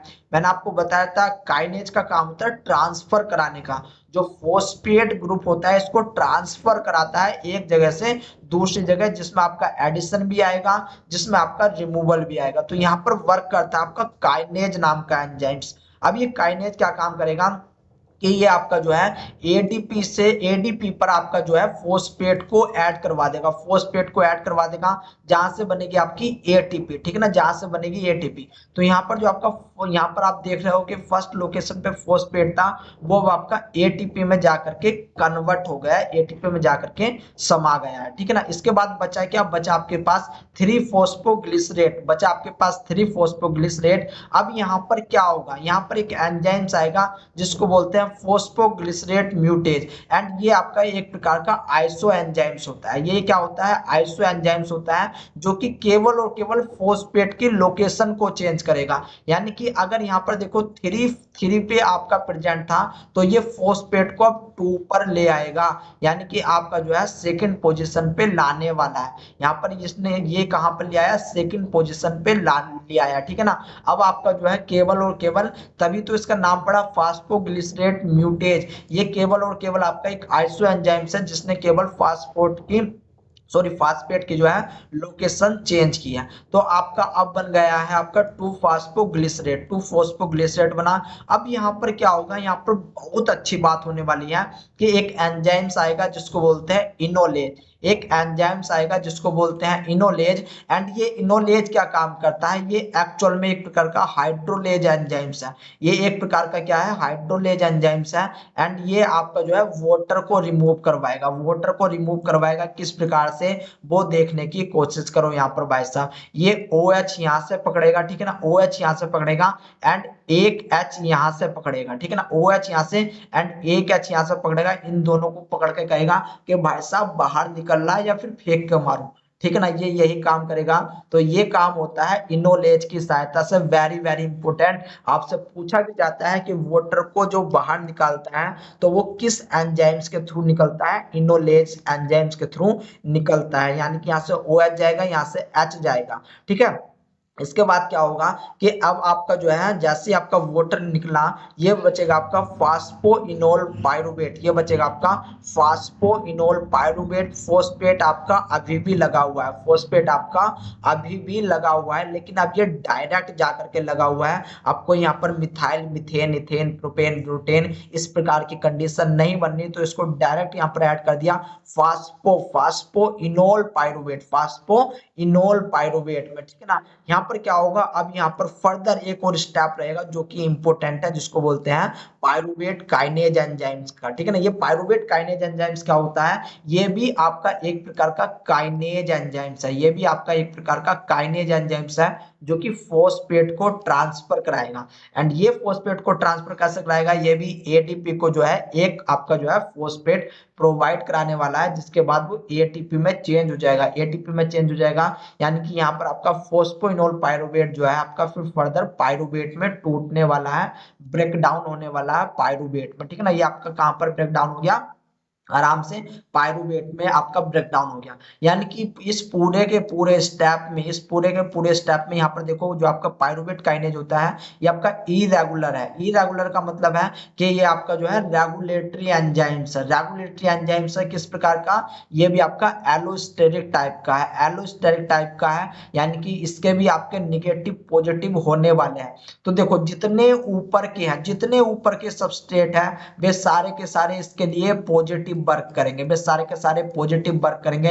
लेकिन फर्दर जो आप एसिटाइल को एंजाइम्स देखोगे, फर्दर जो सिट्रेट वगैरह देखोगे, वे सारे के सारे इसके लिए किस किसकी तरह काम करने वाले हैं, वे सारे के सारे इनहिबिटर की तरह काम करने वाले हैं। यानी कि पॉजिटिव के लिए कौन काम कर रहा है, एएमपी एंड आपका फ्रक्टोज 1,6 बिसफॉस्फेट, जो कि आपने पीछे देखा था बना था आपका, जबकि जो आपका एसिटाइल कोएंजाइम्स एटीपी एनालिन, अब यहाँ पर ये मत कहना कि सर एटीपी तो यहाँ पर भी बन रही है, इसका बहुत ज्यादा अमाउंट होना चाहिए, एटीपी का बहुत ज्यादा अमाउंट होना चाहिए, 2-4 एटीपी से कुछ नहीं होता, ठीक है ना। तो यहाँ पर आप एटीपी लिखा हुआ है तो यहाँ पर मान करके चलोगे कि ये मोर एटीपी है, तो निगेटिव इसके लिए कौन आता है, ATP plus aniline, ATP and aniline. यहाँ से क्वेश्चन गाइज आपके पूछे जा चुके हैं, सीएसईआर के क्वेश्चन उठा करके देखो, आपसे यहीं से क्वेश्चन पूछे जा चुके हैं। तो ये दो आपकी फेज थी जहां पर आपने देखा, पहली फेज थी आपकी प्रिपरेटरी फेज, दूसरी फेज थी आपकी पे ऑफ फेज। आपको अब देखो इसका रिजल्ट कहां पर मिलने वाला है, आपको यहाँ पर क्या क्या मिला, किस प्रकार से मिला,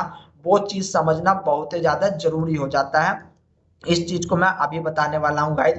तो यहाँ पर देखो आपको रिजल्ट क्या मिला है, ठीक है ना, आपको रिजल्ट पता होना चाहिए।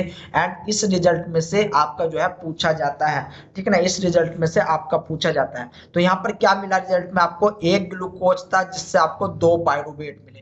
ग्लूकोज 6 कार्बन का था, लेकिन पायरुवेट जो है ये आपका 3 कार्बन का है। 10 स्टेप की रिएक्शन थी जो कि 2 स्टेज में परफॉर्म हुई, ठीक है ना, इफ रेस्पिरेशन सबस्टेज इज ग्लूकोज। और इंपोर्टेंट बात यह है 10 स्टेप तब होने वाले हैं जब आपका ग्लूकोज हो एज ए रेस्पिरेटरी सबस्टेज।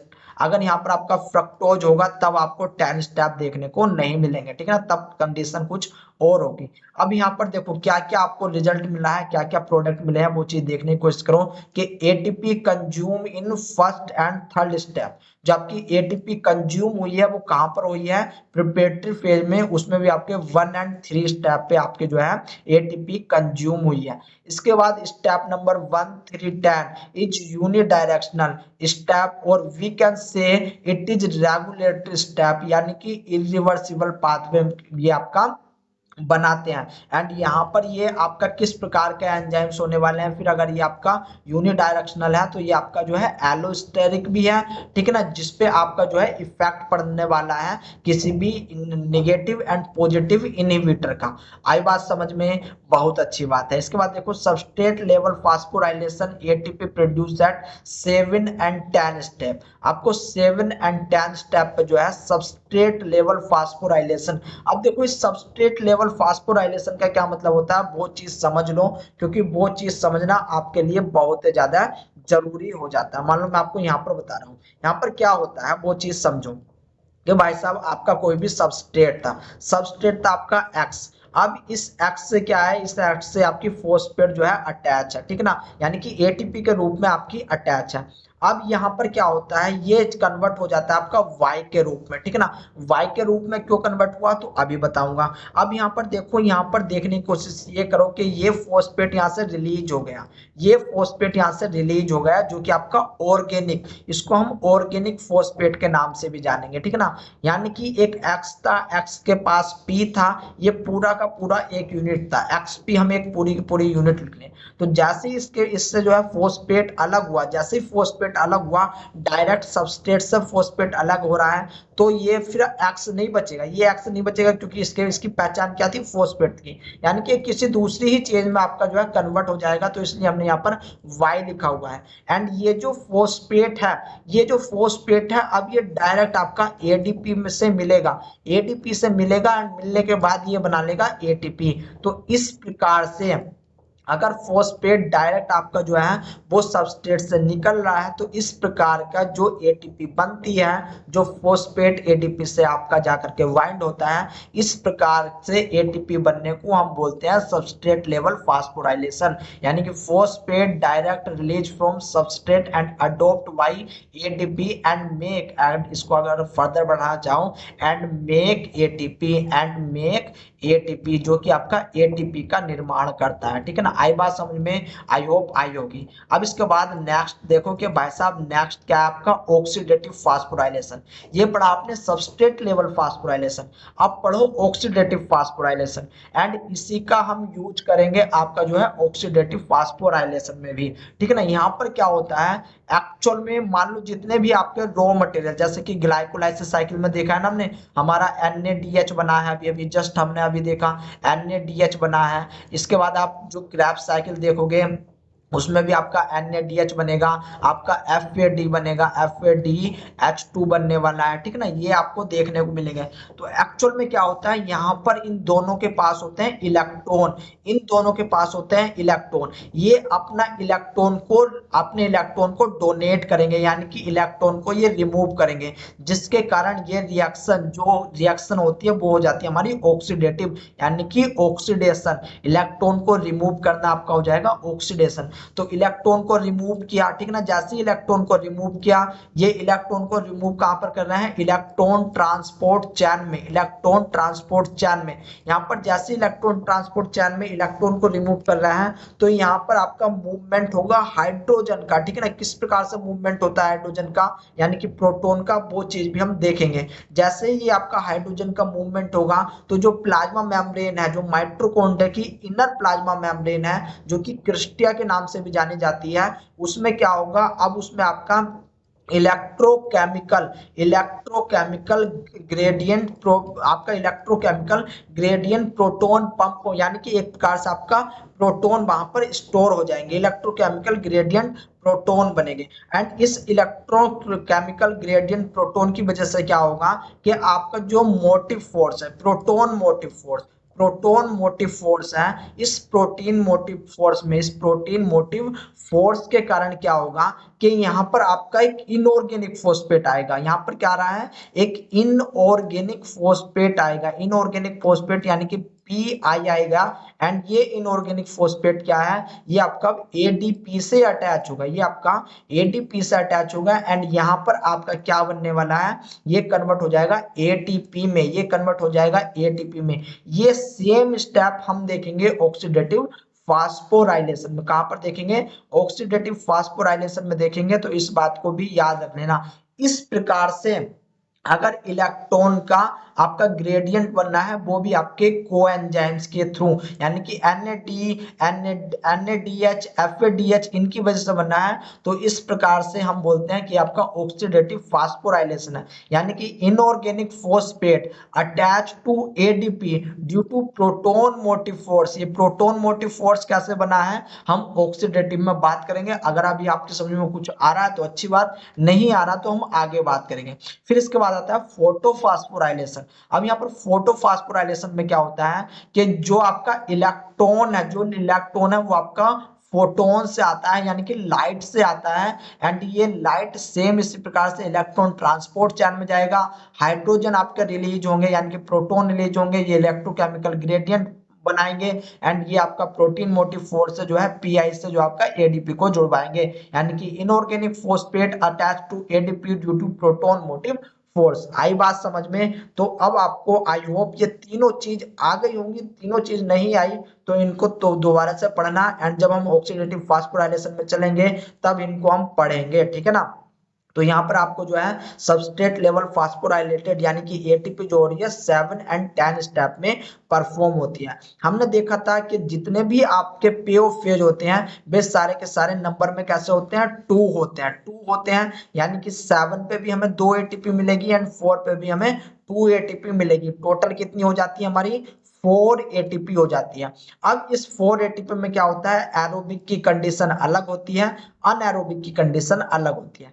एरोबिक में क्या होता है कि भाई साहब जो हमारे 4 ATP बने हैं, इन 4 ATP में से 2 ATP हमारे कंज्यूम हो रहे थे प्रिपरेटरी फेज में, ठीक है ना। 2 आपके जो है वे कहां पर यूज हो रहे थे, आपके प्रिपरेटरी फेज में, यानी कि टोटल मिलाकर के अभी तक तो हमें इससे 2 ही मिलेगी। यहाँ पर मैं 2 लिख रहा हूँ, ठीक ना, 2 लिख रहा हूँ। एंड यहाँ पर जो ये NADH बना है, ये जो NADH बना है, ये NADH क्या होता है कि ऑक्सीडेटिव फास्फोराइलेशन से, यानी कि जो फर्दर साइकिल हम पढ़ेंगे ऑक्सीडेटिव फास्फोराइलेशन से क्या काम करेगा, ये 1 NADH याद रख लेना, 1 NADH 2.5 ATP जो है प्रोवाइड कराता है, 2.5 ATP प्रोवाइड कराता है, यानी कि ये 2 है इंटू 2 कर दो तो ये आपके 5 हो जाएंगे, यानी कि 5 में यहाँ पर लिख सकता हूँ, यानी कि 5 और 2 7। अगर टोटल आप एनर्जी की बात करोगे तो यहाँ पर आपको 7 एटीपी मिल रही है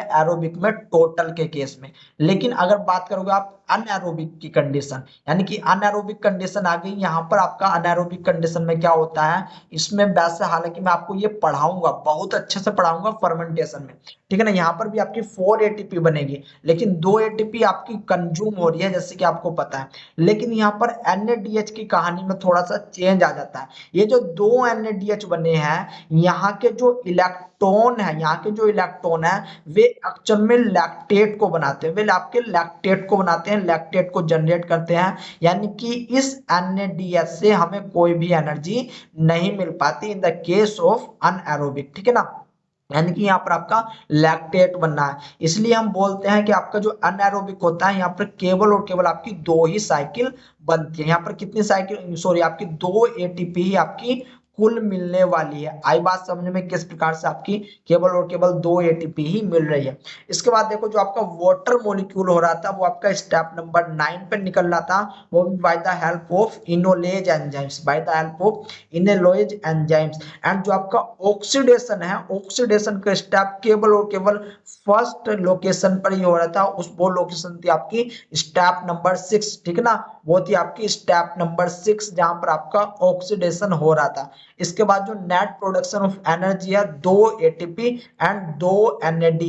अगर आपसे नॉर्मल कंडीशन में पूछ ले, आपको एरोबिक अनएरोबिक ना मेंशन करें तो आपको डायरेक्ट बताना है 2 एटीपी 2 NAD, 2 NAD है, ठीक है ना। क्योंकि देखो आपका क्या होता है कि अगर आपकी, मैं आपको यहाँ पर एक चीज और समझा देता हूँ, वो चीज भी आप यहाँ पर याद रख लेना, ठीक है ना, वेरी वेरी इंपॉर्टेंट। अगर आपका एरोबिक प्रोसेस है, अगर आपका एरोबिक प्रोसेस है तो यहाँ के बाद वो सीधी की सीधी आपके मैट्रिक्स में जाने वाली है, ठीक है ना, मैट्रिक्स में जाने वाली है। लेकिन क्या हुआ कि अगर आपकी अनएरोबिक कंडीशन है तो अनएरोबिक कंडीशन में आपकी जो है पायरूवेट पे जो ग्लाइकोलाइसिस है वो खत्म नहीं होती, वो आपकी जो है स्टॉप नहीं होती, वो फर्दर आपकी आगे जाती है। एंड फर्दर जो लास्ट प्रोडक्ट मिलेगा वो मिलेगा आपको लैक्टिक एसिड, वो मिलेगा आपको लैक्टिक एसिड, जहां पर आपका जो है 2 NADH की रिक्वायरमेंट होती है, 2 NADH की रिक्वायरमेंट होती है। यानी कि जो अनएरोबिक होता है, अनएरोबिक ग्लाइकोलाइसिस होता है, उसका जो एंड प्रोडक्ट है वो आपका lactic acid. Very very important, इस बात को अपने दिमाग में जो है रख लेना भाई।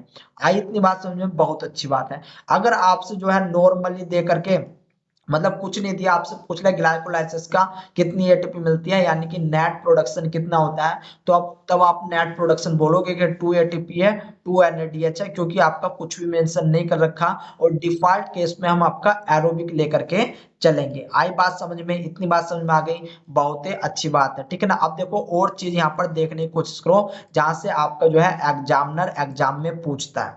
तो देखो कुछ एंजाइम्स है, इन एंजाइम्स को अगर याद रखना चाहो तो बहुत अच्छी बात है, नहीं रखना चाहो तो और भी अच्छा बात है, ठीक है ना, आपके जो है फर्दर ये काम ही आ सकते हैं। यहाँ पर देखो ऑक्सीडेज क्या होता है, आप देखते हो कि बहुत जगह, बहुत सारी जगह आपका ऑक्सीडेज मिलेगा। यहाँ पर क्या होता है, use oxygen as an electron acceptor. क्या होगा कि मान लो कोई आपका प्रोडक्ट है एक्स, ठीक है ना, एक्स क्या हो रहा है, एक्स वाई में कन्वर्ट हो रहा है। एक्स वाई में कन्वर्ट कैसे हो रहा है कि एक्स ने जो है इलेक्ट्रॉन को रिलीज किया, इलेक्ट्रॉन को रिलीज किया तो एक्स जो है ऑक्सीडाइज हो गया है। यहाँ पर एक्स क्या हो गया, ऑक्सीडाइज हो चुका है, ठीक है ना, क्योंकि इसने अपने इलेक्ट्रॉन को जो लूज कर दिया। अब ये इस इलेक्ट्रॉन को कौन एक्सेप्ट कर रहा है, इस इलेक्ट्रॉन को कौन एक्सेप्ट कर रहा है, तो अगर इस इलेक्ट्रॉन को डायरेक्ट O2 यूज कर ले एंड आपका बना दे H2O, वाटर बन जाए, ठीक है ना, यहाँ पर डायरेक्ट आपका ऑक्सीजन इलेक्ट्रॉन को एक्सेप्ट कर रहा है, इलेक्ट्रॉन को एक्सेप्ट कर रहा है, तो यहाँ पर जो एंजाइम्स काम करेगा वो काम करेगा ऑक्सीडेज, या फिर उस चीज को हम बोलेंगे ऑक्सीडेजेज स्टेट, ठीक है ना, ऑक्सीडेजेज स्टेज हम बोलने वाले हैं। इसके बाद डिहाइड्रोजिनेज, डिहाइड्रोजिनेज में क्या होता है, use molecule other than oxygen as an electron acceptor. मान लो ये जो आपका इलेक्ट्रॉन है, ये जो इलेक्ट्रॉन है ये वो आपका ऑक्सीजन या फिर आपका जो है H2O ना हो, यानी कि यहाँ पर ये जो आपका जो इलेक्ट्रॉन यहाँ पर रिलीज हुआ है, अब इसको एक्सेप्ट करने के लिए कोई ऑक्सीजन के अलावा दूसरा मॉलिक्यूल आ जाए, जैसे कि आपका आ जाए Na+, ठीक है, Na+ आ जाए, एंड जैसे ही वो इस इलेक्ट्रॉन को लेगा, इस इलेक्ट्रॉन को लेने के बाद वो कन्वर्ट हो जाएगा आपका NaDH2 में। किस में कन्वर्ट होगा? NaDH में कन्वर्ट होने वाला है, ठीक है ना, NaDH में कन्वर्ट होने वाला है। तो ये प्रोसेस होता है आपका डिहाइड्रोजिनेज। ये प्रोसेस क्या होता है? डिहाइड्रोजिनेज प्रोसेस होता है। इसके बाद देखो ऑक्सीजनेज। ऑक्सीजनेज में क्या होता है वो चीज देखने की कोशिश करो। मान लो कोई आपका सबस्ट्रेट था, इस सबस्ट्रेट ने क्या काम किया कि directly incorporated oxygen into substrate. यहाँ पर क्या होगा है कि इस जो एक्स सबस्ट्रेट था, यहाँ पर डायरेक्ट अब आपकी ऑक्सीजन ऐड हो रही है, यानी कि आपकी XO2 बन रहा है, XO2 बन रहा है। तो यहाँ पर इस प्रोसेस को बोलते हैं हम ऑक्सीजनेजेज। इस प्रोसेस को क्या बोलेंगे? ऑक्सीजनेजेज। ये आपका डाई हो सकता है या फिर मोनो। अगर आपका SO2 बनना है, XO2 बनना है, तो तब इसको डाई बोलेंगे, डाई ऑक्सीजनेजेज। एंड अगर आपका मोनो ऑक्सीजनेजेज है तो वहां पर आपका SO खाली आपकी मोनो ऑक्साइड ही जुड़ेगी, तो इस चीज को बोलते हैं हम ऑक्सीजनेजेज। इसके बाद फर्दर देखो नेक्स्ट कि आपका होता है परऑक्सीडेज। परऑक्सीडेज में क्या होता है कि यहाँ पर जो इलेक्ट्रॉन को एक्सेप्ट करता है वो करता है H2O, यानी कि कोई आपका X था, X से जो है इलेक्ट्रॉन रिलीज हुआ, ये आपका ऑक्सीडाइज हो गया, एंड ये आपका कन्वर्ट हो जाएगा बाई में। यहाँ पर जो E है, जो इलेक्ट्रॉन है, इसको एक्सेप्ट करेगा आपका H2O2, इसको एक्सेप्ट करेगा आपका H2O2, ठीक है ना। एंड ये आपका जो होता है ये बन जाता है आपका परऑक्सीडेज, ठीक है ना, ये आपका बन जाता है परऑक्सीडेज। आई बात समझ में? ये चीज देखो थोड़ी थोड़ी इंपोर्टेंट नहीं, बहुत इंपोर्टेंट है, इन चीजों को याद रख लेना। इसके बाद एक और आपका संट आता है जिसको बोलते हैं रैपापोर्ट लुवरिंग संट, ठीक ना, आपका रैपापोर्ट लुवरिंग संट या फिर LR संट के नाम से जानते हैं। एक्चुअल में क्या होता है? ये आपका प्रेजेंट होता है RBC के अंदर, ये रेड ब्लड सेल के अंदर, और ये चीज इंपॉर्टेंट है, ये चीज भी आपसे पूछी जाती है गाइज, तो इस चीज को याद रख लेना। यहाँ पर देखो आप देख रहे होंगे अपना, ये है आपका 7 स्टेप, ठीक है ना, ये आपका 7 स्टेप, जहां पर आपका 1,3 बिस फॉस्फोग्लिसरेट से 3 फॉस्फोग्लिसरेट बन रहा था, एंड यहाँ पर आपको 1 ATP जो है जनरेट हो रही थी, यहाँ पर आपकी ATP जनरेट हो रही थी। अगर 2 है तो यहाँ पर आपकी 2 ATP जनरेट होंगे, ठीक है ना, 2 ATP जनरेट होंगी। ये आपका 7 वाला स्टेप था। लेकिन यहाँ पर क्या होता है, RBC में ये स्टेप जो है, इस स्टेप को बाईपास किया जाता है, इस स्टेप को बाईपास किया जाता है, क्योंकि यहाँ पर जो आपका एंजाइम्स होता है, वो एंजाइम्स जो है RBC के अंदर नहीं पाया जाता, RBC के अंदर नहीं पाया जाता। लेकिन इसके अलावा क्या होता है, RBC के अंदर इसके अलावा आपका बिस फॉस्फोग्लिसरेट म्यूटेज नाम का एंजाइम्स पाया जाता है,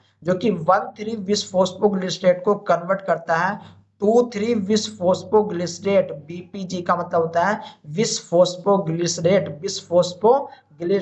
इसको जो है बिस फॉस्फोग्लिसरेट म्यूटेज ने इसको जो है वो 2,3 बिस फॉस्फोग्लिसरेट में चेंज कर दिया। अब यहाँ पर क्या होता है, RBC के अंदर के एक और एंजाइम्स होता है जिसको बोलते हैं बिस फॉस्फोग्लिसरेट फोस्फेटेज। ये फोस्फेटेज क्या काम करता है, ये आपका फोस्फेट को यहाँ से हटा देगा, रिमूव कर देगा, जो इनऑर्गेनिक फोस्फेट था इसको भगा देगा, इसको जो है आपका जो है ट्रांसफर नहीं करेगा, जैसा आपका काइनेज कर रहा था, वो ये जो है काइनेज आपका जो है ट्रांसफर कर रहा था ADP पे ट्रांसफर कर रहा था, लेकिन ये आपका फोस्फेटेज इसको जो है ऐसे निकाल देगा। यानी कि यहाँ पर आपको किसी भी ATP की यहाँ पर जो है कोई भी ATP का फॉर्मेशन नहीं होगा, ठीक है ना, किसी भी ATP का फॉर्मेशन नहीं होगा। ये आपका बिस फॉस्फोग्लिसरेट फोस्फेटेज जो है डायरेक्ट 2,3 बिस फॉस्फेट को कन्वर्ट कर देगा 3 फॉस्फोग्लिसरेट में, ठीक है ना। कहां पर कन्वर्ट कर रहा है? 3 फॉस्फोग्लिसरेट में ये आपका कन्वर्ट कर देगा। यानी कि कहने का मतलब क्या है, यहाँ पर वो चीज देखने की कोशिश करो। यहाँ पर देखो RL पाथवे जो आपका RBC में चलता है, अगर यहाँ पर हम टोटल ग्लाइकोलाइसिस में, जब हम यहाँ पर ग्लाइकोलाइसिस में टोटल आपका ATP देखेंगे तो भाई साहब 2 ATP तो यहाँ पर ये कम कर दो, यानी कि जो आपकी 4 ATP बन रही थी टोटल, एक आपका 7 स्टेज पे, एक आपका 10 स्टेप पे, ठीक है ना, एक आपका 7 स्टेप पे, एक आपका 10 स्टेप पे, तो यहाँ पर अब आपकी 7 स्टेप पर तो एटीपी बनेगी नहीं, यानी कि यहाँ पर जो है -2 कर दो। तो जब -2 करोगे तो यहाँ पर आपको केवल और केवल 2 एटीपी ही देखने को मिल रही है। एंड ये एटीपी आपके जो है जो प्रिपरेटरी में लग रही थी, जो आपकी प्रिपरेटरी में यूज हो रही थी, उनका कंजप्शन यहाँ पर दिखा दो, यानी कि 2 एटीपी आपकी जो है वहां पर जो है लगने वाली है। यानी कि कुल मिलाकर के यहाँ पर जो है 2 एटीपी ये कैंसिल हो जाएंगे। एंड आपको आर एल संट में जो कि आरबीसी के अंदर चल रहा है,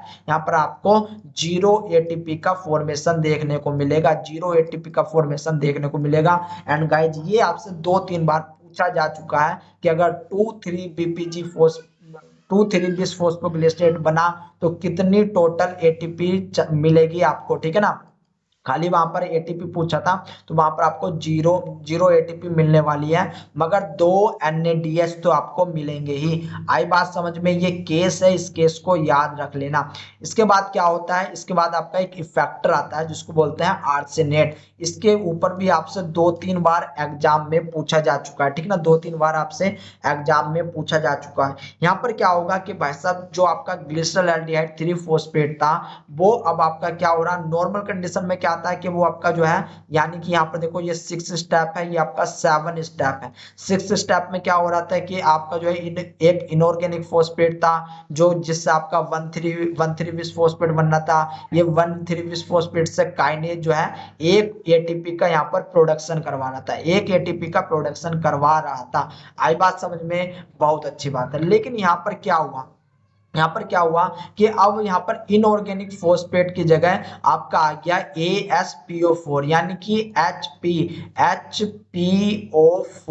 2- की जगह क्या आ गया, ASO4 आ गया, यानी कि आर्सेनेट आ गया। ये आर्सेनेट आ गया तो भाई साहब ये किसी प्रकार का आपका फॉस्फेट यहाँ पर प्रोवाइड नहीं करवाएगा। एंड जो आपका प्रोडक्ट है वो क्या बनेगा, वो बनेगा आपका 1-आर्सेनो-3 फॉस्फोग्लिसरेट, 1-आर्सेनो-3 फॉस्फोग्लिसरेट। एंड यहाँ पर जो है फर्दर एक एंजाइम्स काम करेगा एंड ये जो है कन्वर्ट हो जाएगा आपका 3-फॉस्फोग्लिसरेट में, 3-फॉस्फोग्लिसरेट में कन्वर्ट हो जाएगा। कहने का मतलब यहाँ पर देखो कोई भी आपका काइनेज एंजाइम्स नहीं आ रहा जो कि यहाँ पर एटीपी का यूज कर ले। जब यहाँ पर इनऑर्गेनिक फॉस्फेट ही अटैच नहीं होगा तो 7 वाले स्टेप पे आपको जो है कुछ भी नहीं मिलने वाला, यानी कि यहाँ पर ये स्टेप जो है बाईपास हो जाएंगे। 6 एंड 7 स्टेप जो है बाईपास हो जाएंगे। उनकी जगह पे क्या आएगा, 1-आर्सेनो-3 फॉस्फोग्लिसरेट, यानी कि यहाँ पर भी आपको 7 पोजीशन पे कोई भी एटीपी नहीं देखने को मिलने वाला, कोई भी एटीपी नहीं देखने को मिलने वाला। जब कोई भी एटीपी नहीं देखने को मिलने वाला तो टोटल 2 एटीपी बनेंगे जो कि 10 स्टेप पे बनेंगे। एंड 2 एटीपी आपके कंज्यूम हो रहे थे जो कि आपके प्रिपरेटरी फेज में होते हैं। अगर इनको हम जो है माइनस प्लस करेंगे तो 0 एटीपी ही आपको मिलने वाला है। आपको क्या मिलने वाला है, 0 एटीपी ही मिलने वाला है। ये था आपका आर्सेनेट की कहानी। तो आपको आर्सेनेट की कहानी एंड आपको जो आपका आरबीसी में संट परफॉर्म हो रहा है उसकी कहानी आपको याद रखनी है। एक आपका आइसोडोबेंजोनेट था जो कि आपके पूरे के पूरे जो 6 यहाँ पर ग्लिसरॉल्डिहाइड 3 फॉस्फेट था, ग्लिसरॉल्डिहाइड 3 फॉस्फेट डिहाइड्रोजनेट था, इसको बिल्कुल ही इनहिबिट कर रहा था। उसकी कहानी भी आपको याद रखनी है, ठीक है ना। यहाँ पर कुछ दिए हुए हैं, ये चीज आप मतलब ना देखना, ठीक है। बाकी ये था आपका पूरा का पूरा glycolysis cycle, each and everything मैंने आपको बता दिया है। यहाँ पर जहां से भी क्वेश्चन आने होते हैं वो सारी बात मैं आपको गाइज बता चुका हूँ, ठीक है ना। अगर इतनी बात समझ में आई है बहुत अच्छी बात है। तो देखो मैंने जो पढ़ाया है ये सब आपका लिखा हुआ है, आप जो है इस चीज को भी पढ़ सकते हो, आप इस चीज को भी पढ़ सकते हो, कौन सा आपको किस प्रकार से स्टेप में मिल रहा है, ठीक ना, वो चीज भी पढ़ सकते हो। नेक्स्ट स्टेप में देखो यहाँ पर हम रेगुलेशन पढ़ चुके हैं, ठीक है ना, रेगुलेशन पढ़ चुके हैं। नेक्स्ट स्टेप में हम बात करेंगे, यानी कि नेक्स्ट क्लास में हम बात करेंगे फैट ऑफ कार्बन। ये वेरी वेरी इंपॉर्टेंट होता है, इसके बिना ग्लाइकोलाइसिस साइकिल अधूरी होती है। लेक्चर इसलिए बंद कर रहा हूँ क्योंकि काफी लंबा हो चुका है, ठीक है ना, काफी लंबा हो चुका है, इतना लंबा नहीं चलता। तो नेक्स्ट जो लेक्चर आएगा पहले तो हम फैट ऑफ कार्बन देख लेंगे, उसके बाद हम चलेंगे आपकी गेटवे साइकिल, यानी कि पायरूवेट से किस प्रकार से आपका जो है एसिटाइल कोएंजाइम्स में जाता है, ठीक है ना, एसिटाइल कोएंजाइम्स में किस प्रकार से आता है वो कहानी हम देख लेंगे, ठीक है ना। तो चलो मिलता हूं मैं आपसे नेक्स्ट क्लास में दोस्तों, तब तक के लिए टाटा एंड बाय।